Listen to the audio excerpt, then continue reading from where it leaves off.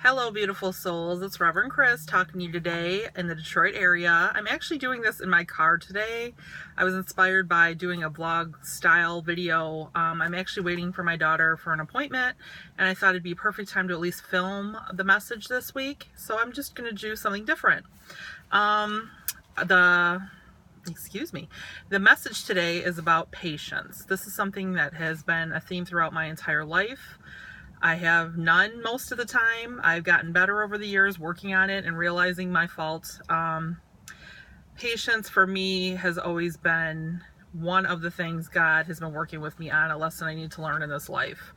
It comes up in everyday situations, it comes up in personal relationships, it comes up at work, it comes up all the time, and it's just going to keep coming up for me until I finally learn that patience I need. And I'm glad I've improved, but I thought about this a lot this week, and I really feel like Jesus always showed so much patience and understanding.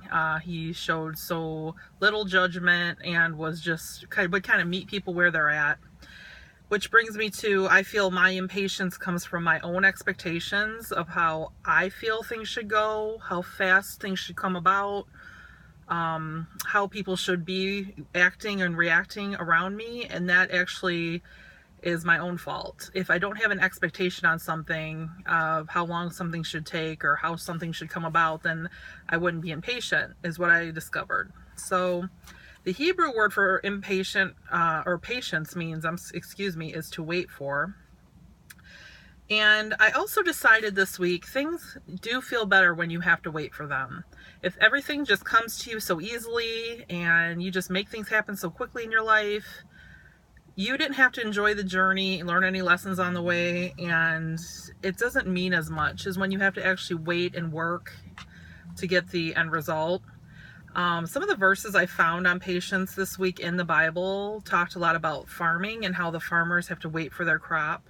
They plant the seed and then they have to be patient. And I think that's really what a good example of being patient is. Most of the time when you're waiting for something, it's probably going to happen, or there's a high chance of it happening, I think. Whether it's a goal you set for yourself or ending something, beginning something new. So why are we so impatient if we know it may come about anyway? I've thought of that this week too. So another thing I got from the Bible verses I went through this week, which there was a lot, I had to be choosy. I only picked 3. I probably could have picked like 20. Is while waiting to be cheerful. And you kind of be glad where you're at right now. That's a big lesson. So that's something I have to really work on. Be patient where I'm at now.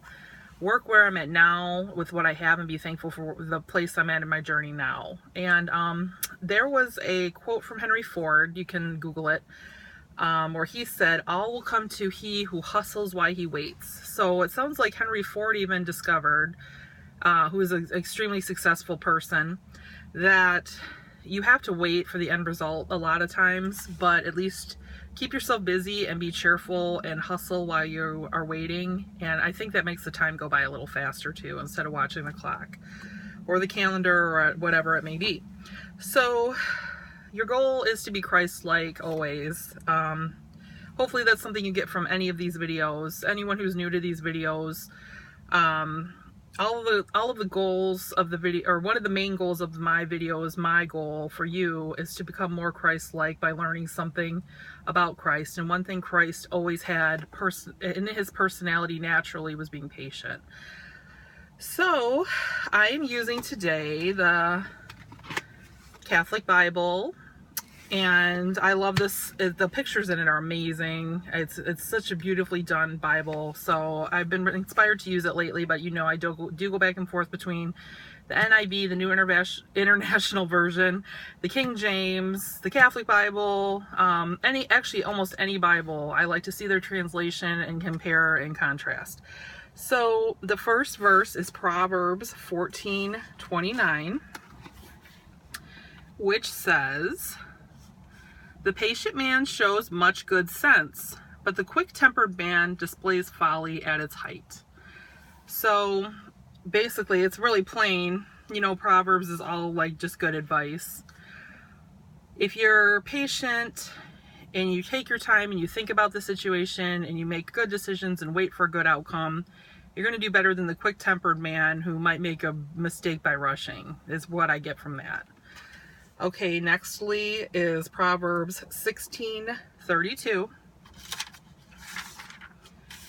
which says, "A patient man is better than a warrior, and he who rules his temper than he who takes a city." So pretty much they're comparing the patient person to a warrior or someone that's in a hurry to rule over everything. It's kind of better to lay back and wait than to just charge in and try to take over the city. Probably if you do that, people will react and kill you, whereas if you're patient and you go after your goal, unlike the warrior who just rushes in, you'll probably be more successful. So I love that. A lot of times patience, waiting for the right timing to do something, is a great lesson to learn.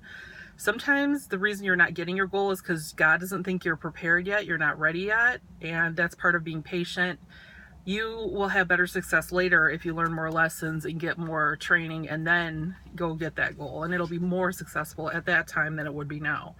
All right, lastly is James 5:7 and 8. James 5. "Be patient, therefore, my brothers, unto the coming of the Lord. See how the farmer awaits the precious yield of the soil. He looks forward to it patiently, while the soil receives the winter and the spring rains. You too must be patient. Steady your hearts, because the coming of the Lord is at hand." So the author, James, is comparing being patient to the farmer who plants his crops at one point, has to wait and be patient for nature to take its course for him to get the ultimate reward, to reap the rewards of his work, which is always better, and to be patient as the Lord was. So I hope this helps someone in some way this week. As always, I love you all for watching. I'm grateful and thankful to everyone. Please email me anytime, freeprayerlove@aol.com. You can also join my Facebook group. I do 1 or 2 posts per day of inspirational Bible quotes and other uplifting quotes.